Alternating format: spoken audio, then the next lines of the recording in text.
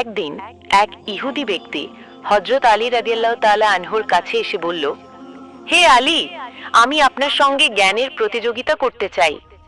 হযরত আলী রাদিয়াল্লাহু তাআলা আনহু তার মুঠি বন্ধ করে বললেন, বলো তো, আমার হাতে কি আছে?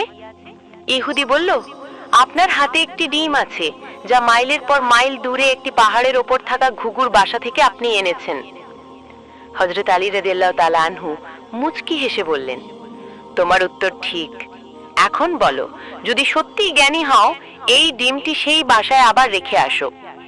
এ কথা শুনে ইহুদি নতমুখে বলল, হে আলী, আমার পক্ষে তা সম্ভব নয়। হযরত আলী রাদিয়াল্লাহু তাআলা আনহু বললেন, তাহলে বলো, তোমার এই গভীর জ্ঞান তুমি কোথা থেকে পেয়েছো? ইহুদি উত্তর দিল, আমি সবসময় আমার নফসের বিরুদ্ধে কাজ করি। যা কিছু আমার নফস চায়, আমি তার উল্টোটা করি।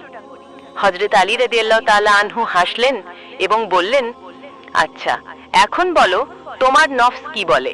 তুমি কি এখন কালিমা পড়বে না পড়বে না?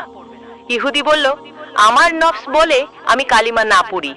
হযরত আলী রাদিয়াল্লাহু তাআলা আনহু আনন্দের সঙ্গে বললেন, তাহলে নিজের নীতিতে অটল থেকো, নিজের নফসের বিরুদ্ধে গিয়ে কালিমা পড়ো। এ কথা শুনে ইহুদি সঙ্গে সঙ্গে কালিমা পাঠ করে ইসলাম গ্রহণ করল।